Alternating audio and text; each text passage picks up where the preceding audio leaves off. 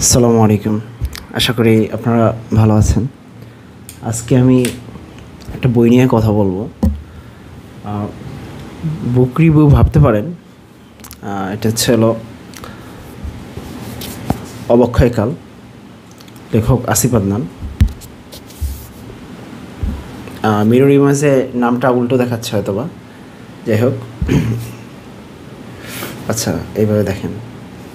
আচ্ছা, আমি এটা ঠিক করতে পারতেছি না। আচ্ছা, যাই হোক, বইটা অবক্ষয়কাল। বইটার ব্যাপারে কিছু জিনিস বলি আমি প্রথমে। সেটা হচ্ছে হলো, আমি সাধারণত বই একটু দাগাদাগি করে পড়ি। পেন্সিল দিয়ে দাগাই, পেন্সিল স্কেল দিয়ে ধরে দাগাই, একটু সৌন্দর্য থাকে। কিন্তু এই বইটা যখন আমি পড়া শুরু করি, তখন দেখলাম যে এই বইয়ের কোথায় দাগাবো আমি। মানে বইটা যদি শুরু করি, তাহলে প্রত্যেকটা পাতায়, প্রত্যেকটা পৃষ্ঠা, প্রত্যেকটা লাইনে দাগাতে হবে। আর মানে প্রতিটা লাইনেই গুরুত্ব রাখে কোনো না কোনোভাবে। বইটা এরকমভাবে লেখক লিখছেন। তো আমার কাছে যেটা মনে হয়েছে যে লেখক লিখতে গিয়ে সবচেয়ে যেই চ্যালেঞ্জের সম্মুখীন হয়েছে এই বইটা লিখতে গিয়ে, সেটা হচ্ছে হলো মানে এত ইনফরমেশন, এত ডিটেলস থেকে, মানে এত বিস্তারিত ইনফরমেশন থেকে সেই বইটা তার ছোট করতে গিয়ে খুব কষ্ট করতে হয়েছে, আমি যেটা বুঝছি। বইটার পেজ কিন্তু কম না, 366, কিন্তু বইটা সে এমন সাবজেক্ট নিয়ে লিখছে এবং সেই সাবজেক্টের উপর এত ব্যাকগ্রাউন্ড তার আলোচনা করতে হয়েছে, এবং ওই সাবজেক্টটা কেন আমাদের উপর এত বেশি প্রভাব রাখে সেই জিনিসটা এত ডিটেলস আলোচনা করতে হয়েছে, দার্শনিক আলোচনা করতে হয়েছে, যে কারণে এই বইটা আসলে এই 367 পেজে আটকানো, এটা তার জন্য সো টাফ হয়েছে, সো টাফ। আপনি পাঠক পড়তে গেলেই বুঝবে যে অনেক আলোচনা আরও ডিটেলস হইলে হয়তো বা ভালো হইতো। যখন পাঠক পড়া শুরু করবে, তখন তার কাছে মনে হবে যে এই আলোচনাটা যদি আরও একটু ডিটেলস হইতো, আরও কয়েক পৃষ্ঠা বেশি হইতো, সমস্যা কী ছিল। পাঠক যখন পড়া শুরু করবে, তখন তার কাছে এটা মনে হবে, যখন পাঠক এটা বইয়ের ভিতরে চলে যাবে। তো কিন্তু এর আগে তো পৃষ্ঠা বেশি হয়ে গেলে স্বাভাবিকভাবে মানুষ বেশি পৃষ্ঠাওয়ালা বই পড়ার প্রতি সেরকম আগ্রহ দেখায় না, বা আগ্রহ থেকে সে পড়া থেকে বিরত থাকে, ভাবে এত বড় একটা বই কীভাবে শেষ করব, এই চিন্তা তার মাথায় ঢোকে। ঠিক আছে।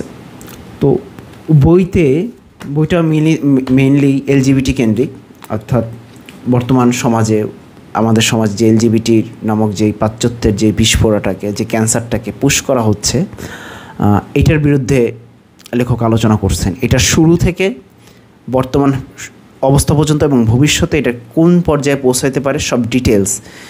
এবং আমাদের সমাজে এই জিনিস নিয়ে আলোচনা হলে সাধারণত আমরা এইটাকে ইগনোর করার চেষ্টা করি, এবং একদল অলরেডি আছে যে এটা নাকি আলোচনার মাধ্যমেই নাকি আমরা প্রতিষ্ঠিত করার চেষ্টা করতেছি। পুরোপুরি একটা ভ্রান্ত যুক্তি। হয় তারা এইটা নোয়িংলি এইটা একটা প্রোপাগান্ডা ছড়াচ্ছে, আর নয়তো তারা বোকা বেকুব, এই ব্যাপারে তারা জানেই না যে এই জিনিসটা শিকড় কত দূরে গিয়ে পৌঁছাইছে। ঠিক আছে। তো অবক্ষয়কাল বইটা পড়লে আপনি বুঝতে পারবেন যে জিনিসটা আসলে কতটা মারাত্মক আমাদের জন্য। তো এখানে দেখেন, আমি লেখক যে বিষয়গুলো আনছে, আমি যদি লেখকের সূচিপত্রটা সাজাই, সে বইটা মূলত 27টা অধ্যায় করছেন, 3টা পরিচ্ছেদে ভাগ করছেন। এর মধ্যে প্রথম পরিচ্ছেদটা হচ্ছে হলো এলজিবিটি কীভাবে আসলো, অর্থাৎ কীভাবে পরিচয় নির্মাণ, একটা আইডেন্টিফিকেশন কীভাবে এটা হইলো, আইডেন্টিটি কীভাবে এটার শুরু হলো।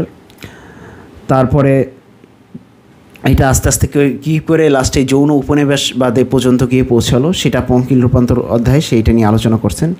লাস্টে আলো অন্ধকারে সে মডার্ন ভিউ নিয়ে আলোচনা করছেন, আধুনিকতাবাদ নিয়ে কথা বলছেন, যে আধুনিকতার উপর জোর দিয়ে এই আধুনিকতাবাদই হচ্ছে হলো এই এলজিবিটিকে আশ্রয় দিচ্ছে।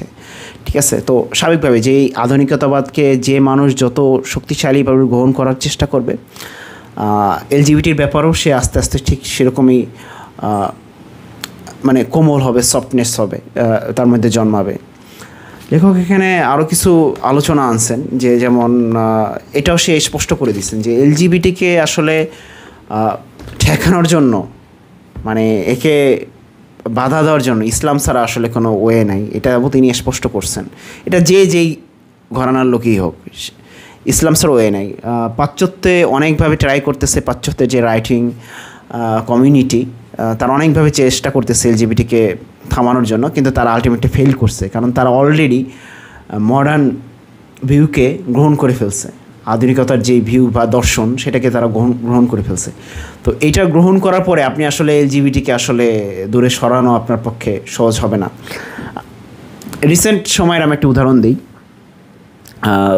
যেহেতু এটার সাথে প্রাসঙ্গিক উদাহরণ দিচ্ছি। যেমন ডোনাল্ড ট্রাম্প প্রথম এইবারে এই টার্মে ক্ষমতায় আসার পরে যে কয়েকটা এক্সিকিউটিভ ল দেয়, তার মধ্যে একটা এক্সিকিউটিভ অর্ডার হচ্ছিল আমেরিকাতে 2টা সেক্স থাকবে, শুধুমাত্র মেল এবং ফিমেল, আদার্স কোনো সেক্স থাকবে না। যে মেল, যে বায়োলজিক্যালি মেল তাকে মেল হিসেবে সাব্যস্ত করতে হবে, যে বায়োলজিক্যালি ফিমেল তাকে ফিমেল হিসেবে সাব্যস্ত করতে হবে, আদার্স কোনো থাকবে না। ওকে, ডোনাল্ড ট্রাম্প এটা বলছে, জাস্ট একটা অর্ডার দিছে, কিন্তু সে যে আধুনিকতার দর্শনে আবদ্ধ আছে, অর্থাৎ এটাকে যে অন্য দর্শন, অর্থাৎ এর বদলে যেই দর্শনটা প্র্যাকটিস করতেছে তারা আমেরিকান সমাজ, আমেরিকান সোসাইটি, পাশ্চাত্য প্র্যাকটিস করতেছে, সেটাকে কিন্তু সে ক্রাইম হিসেবে সাব্যস্ত করে নাই। কারণ মডার্ন ভিউতে, আধুনিক সভ্যতায় এটাকে ক্রাইম হিসেবে সাব্যস্ত করা পসিবল না। তো আপনি যখন মডার্ন আধুনিকতাবাদের কাছে নিজেকে আপনি সঁপে দিবেন, আপনি আলটিমেটলি আপনি এটাকে ক্রাইম হিসেবে দেখতে পারবেন না। তখন এই যে আপনি নানামুখী কথাবার্তা বলবেন যে আমি সমকামিতা পছন্দ করি না, বাট সমকামিতার রাইটস সংরক্ষিত থাকুক সেটা আমি চাই, এই টাইপের কথাবার্তা বলবেন, যেটা আমাদের সমাজে অলরেডি অনেক মুসলমান ছেলেপেলে বুঝে বা না বুঝে তারা এগুলো আলোচনা করে। তো লেখক এখানে আরও কিছু বিস্তারিত, যে আমরা বিভিন্ন সময় যে কনফিউশনের সৃষ্টি হয়, সে এখানে কমিউনিজমের সাথে এই আন্দোলনের যে ঐতিহাসিক একটা সম্পর্ক আছে সেটা নিয়ে আসছেন। তারপরে ফেমিনিজম আন্দোলনের সাথে, ফেমিনিস্টদের আন্দোলনের সাথে এটার যে একটা সম্পর্ক আছে, ঐতিহাসিক সম্পর্ক আছে, সেই আলোচনাও তিনি তুলে ধরছেন। সবচেয়ে পজিটিভ হলো যে এটা একটা প্রবন্ধমূলক বই, নন ফিকশন বই, ঠিক আছে। তো লেখক বইটা এত সুন্দর সাহিত্যিক মান ধরে লিখছেন, বাক্যগুলো এত সুন্দরভাবে সাজিয়েছেন যে মানে এটা আপনি পড়া শুরু করলে অটোমেটিক্যালি আপনার আগ্রহ সৃষ্টি হবে। কিছু বই আছে না যে আপনি পড়া শুরু করলে আপনার কাছে মনে হয় থাক, পড়ার দরকার নাই, রেখে দিই, জটিল বিষয় মনে হয়। তো লেখক সর্বোচ্চ চেষ্টা করছেন যে আমাদের সমাজের সাধারণ মানুষ যেন এই জিনিসগুলো ডিটেলস জানে এবং ডিটেলস বুঝতে পারে, ডিটেলস জ্ঞান আহরণ করতে পারে এই বিষয়ের ব্যাপারে। তো এই বইটা থেকে আসলে সবাই, সাধারণ অসাধারণ, ধার্মিক অধার্মিক বা প্র্যাকটিসিং নন প্র্যাকটিসিং, সবাই ফায়দা পাবে এই বইটা যদি কেউ পড়ে, এবং ডিটেলস সে বুঝবে যে আমি আসলে কোন জগতে আছি, কোন জগতে আমি বসবাস করতেছি। এটা আসলে সবার পড়া দরকার, অন্তত নিজের আইডেন্টিটি বোঝার জন্য হলো এটা পড়া দরকার। তো আমি একটা জিনিস চিন্তা করলাম যে এই ধরনের বই সাধারণত লাইমলাইটে আসে না, এটার কারণটা কী? তো এটার চিন্তা করলাম যে লাইমলাইটে না আসার অন্যতম একটা কারণ হচ্ছে যে আমাদের যেই সমস্ত বই বিক্রি হয়, যে সমস্ত ওয়েবসাইটে, তারা বিভিন্ন শ্রেণী বিভাগ করে। তো সেখানে দেখা যায় যে দর্শন বিভাগে আরও জালি মাতুব্বরের বই থাকবে, কিন্তু সেখানে দেখা যায় যে আমাদের ইসলামিক লেখকদের বইগুলা ইসলামিক বলে এটাকে আলাদা করে ফেলা হয়, আলাদা একটা ক্যাটাগরিতে দিয়ে দেওয়া হয়। তো যেটা হয় লাস্টে, যে ঘুরে ফিরে এই বইগুলা মেইন স্ট্রিমের কাছে আর এই বইগুলো পৌঁছানোর একটা সুযোগ থাকে না। কারণ মেইন স্ট্রিম তো গিয়েই প্রথমে ক্লিক করবে না ইসলামিক বই, কারণ মেইন স্ট্রিমের ধারা চলতেছে সেকুলার ধারার উপর, সে তো ইসলামিক বই থেকে নিজেকে বিচ্ছিন্ন মনে করবে। এই বইয়ের নামটাও অসাধারণ নাম হয়েছে, অবক্ষয়কাল। এটা যদি ধরেন অন্যরকম টার্গেটেড একটা নাম হইতো তো স্বাভাবিকভাবেই একটা টার্গেট শ্রেণী এটাকে এড়িয়ে চলতো, বা এটা যদি ইসলামের বিজয় বা এরকমভাবে চলতো নাম দিত, তাহলে দেখা যেত যে জাস্ট যারা ইসলামিক আইডেন্টিফিকেশনের সাথে জড়িত হতে চায় ওতপ্রোতভাবে সম্পূর্ণভাবে, সবাই তো সমাজে তো সবাই একরকম মানুষ না, তারাই দেখা যেত যে এই বইটা পড়তো। কিন্তু এই বইটার নামটাও লেখক চুজ করছে অসাধারণ একটা নাম। এবং এই নামটা কেন চুজ করেছে লাস্টে গেলে আপনি ডিটেলস বুঝতে পারবেন যে লেখকের এই অবক্ষয়কাল, রানিং কালটাকে সে অবক্ষয়কাল হিসেবে সে চিহ্নিত করছে। একেবারে শেষের অধ্যায়ে গেলে আপনি বুঝতে পারবেন। তো এই দিকটা আসলে আমাদের খেয়াল করা দরকার যে এই বইগুলো আমাদের অন্যান্য মেইন স্ট্রিমের সাথে যেন আমরা প্রতিযোগিতায় আসতে পারি। সেখানে কেন দর্শন বিভাগে কেন আরজ আলী মাতুব্বরের নাস্তিকতার দর্শন বিক্রি হবে, সেখানে আমাদের কেন বইগুলো বিক্রি হবে না, সেখানে ইসলামিক দর্শনের বইগুলো কেন বিক্রি হবে না? ঠিক আছে, তো অনেক কথা বলে ফেলছি, আমি একটু পড়ে শোনাই বইয়ের ভিতর থেকে, তাহলে বুঝতে পারবেন যে বইটা কতটা গুরুত্বপূর্ণ। আমি একটু এটার ওয়ার্ল্ড ভিউ চ্যাপ্টার থেকেই একটু পড়ে শোনাই আপনাদেরকে, যেখানে বিশ্বাসের দ্বন্দ্ব।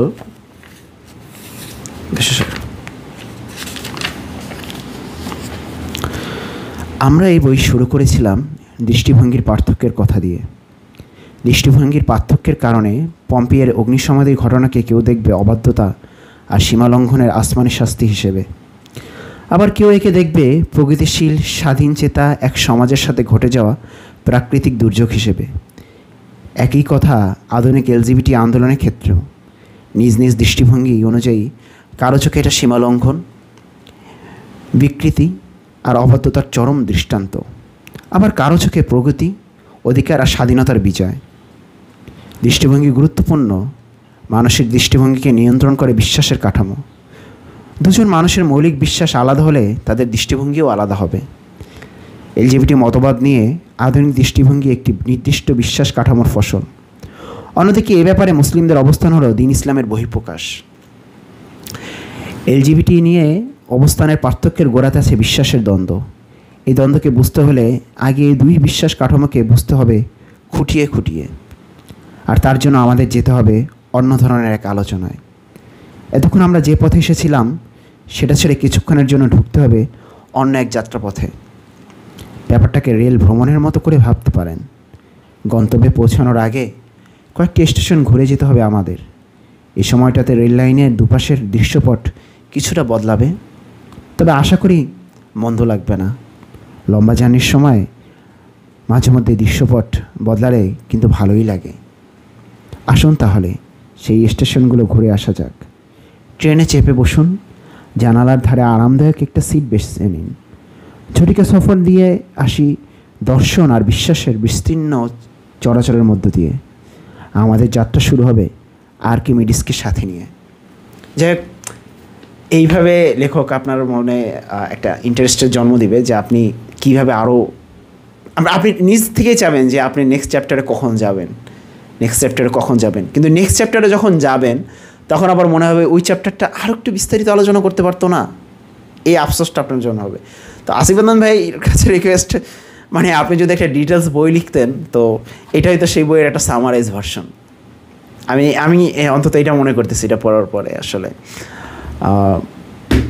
তবে যেই পাঠক এই বইটা পড়বেন, এই বইটা সময় নিয়ে পড়বেন আশা করি। এখানে 27টা অধ্যায় আছে। 27টা অধ্যায়ের জন্য অন্তত 27 দিন 27 ডেজ সময় দেন, সময় নিয়ে পড়েন। আমার মানে যেটা পড়তেছি এটা একটু মাথায় থাকুক, অর্থাৎ ভবিষ্যতে কোনো অ্যাঙ্গেলে এলজিবিটির পক্ষে কেউ কথা বললে তখন যেন আপনি একটা রিপ্লাই দিতে পারেন, একটা কার্যকরী রিপ্লাই আপনার কাছ থেকে আসে এটা। এবং এই বইটার যদি এটা লেখক লিখছেন হলো 2023 সালে, 2024 সালে, মার্চের 2024 সালে এটা পাবলিশড হয়। এখন চলতেছে হলো 2025 সাল। আমি চ্যালেঞ্জ দিয়ে বলতে পারি 2025 সালে যদি এই বইটা আসিফ আদনান ভাই লিখতেন, ঠিক আছে, এখানে সে 27টা অধ্যায় রাখছেন না, অধ্যায়ের সংখ্যা আরও বাড়তো। এবং এর উপর সে যদি ভবিষ্যতে আরও বই লিখতে চায়, ধরেন নেক্সট ইয়ারে, অধ্যায় বাড়াইতেই হবে, কোনো না কোনোভাবে বাড়াইতে হবে। ওকে, ধন্যবাদ। আপনারা সবাই এই বইটা পড়বেন। আসলে আমাদের এই বইগুলো পড়া উচিত। বই পড়ার বিকল্প আসলে নাই। আপনি একটা বই, একটা আদর্শ সমাজে ম্যাক্সিমাম মানুষই বই পড়া, একটা বই পড়ার সমাজ দরকার আমাদের। আসলে বই পড়ার সমাজ দরকার। আসলে যে সমাজের মানুষরা ফেসবুক, ইনস্টাগ্রাম এগুলো উপর ব্যস্ত না থেকে তারা বই পড়ে, এরকম একটা সমাজ আমাদের দরকার। আসলে সেকুলাররা নানাভাবে তাদের ফিকশনালাইজ বই, ফিকশন, নন ফিকশন বই আমাদের মধ্যে ছড়িয়ে দিচ্ছে এবং এগুলোর মাধ্যমে তাদের আইডিওলজি বিক্রি করতেছে আমাদের ভিতরে, এবং আমরা অজান্তেই তাদের আইডিওলজি ফলো করে ফেলতেছি। আমি জানিও না যে আমি কোন আইডিওলজি দ্বারা আমি প্রভাবিত, বা ওই আইডিওলজির কোনো লোক কোনো কিছু বললে আমি তৎক্ষণাৎভাবে গ্রহণ করতেছি। আমি জানি না তার এই কথাটা কোন আইডিওলজি থেকে আসছে। তো এটা কেন আমাদের অজ্ঞতা, যে মূর্খতা, সেটার কারণে। তো আমাদের আসলে ব্যাপক হারে বই পড়া দরকার। বই পড়ার অভ্যাসটা আমাদের মধ্যে গড়ে তোলা দরকার। আসলে আমরা যারা স্কুল কলেজে নাই তাদের জন্য এই জিনিসটা আরও ইজি। আপনি বই পড়লে আপনার তো কেউ পরীক্ষা নেবে না। আপনার পরীক্ষা নেবে, তাহলে আপনি বই পড়েন, সমস্যা কী? আপনার তো কেউ মার্ক দেবে না। এবং আমাদের যারা পাঠচক্র বা এই টাইপের যারা অনুষ্ঠান করেন, প্রোগ্রাম করেন, তাদের আলোচনায় আসলে এই বইটাকে পাঠচক্রের মধ্যে রাখা উচিত বলে আমি মনে করি। অন্তত প্রতিটা পাঠচক্রে 2টা করে অধ্যায়, এটা মাস্ট আমাদের মধ্যে প্র্যাকটিসে আসা উচিত। ইনশাল্লাহ আমি চেষ্টা করব বই রিভিউ নিয়মিত দিতে। বই রিভিউ দিতে আমার আসলে বেশ কিছু শর্ত লাগে। সেই শর্তগুলো পূরণ না হলে আমি আসলে বই রিভিউ দেওয়ার প্রতি আগ্রহী হই না। এবং আমি একসাথে অনেকগুলো বই পড়ি, যে কারণে দেখা যায় একটা বই শেষ করতে আমার 1 বছর, 1.5 বছর, 2 বছরও লেগে যায়। এমন আছে 3 বছরও লেগে গেছে একটা বই শেষ করতে। একসাথে অনেকগুলো বই পড়া শুরু করি আমি, কারণ আমি তো কারো কাছে পরীক্ষা দিচ্ছি না যে এই সিলেবাসের বইটা তোমার শেষ করতে হবে। তো আমি খুব রিল্যাক্স মোডে বই পড়ি, খুব তাড়াহুড়ো করে আমি বই পড়ি না। যাক, ধন্যবাদ। অনেক কথা বলে ফেলছি, হয়তোবা অনেক অসংলগ্ন কথা বলছি, মাফ করবেন। আসসালামু আলাইকুম।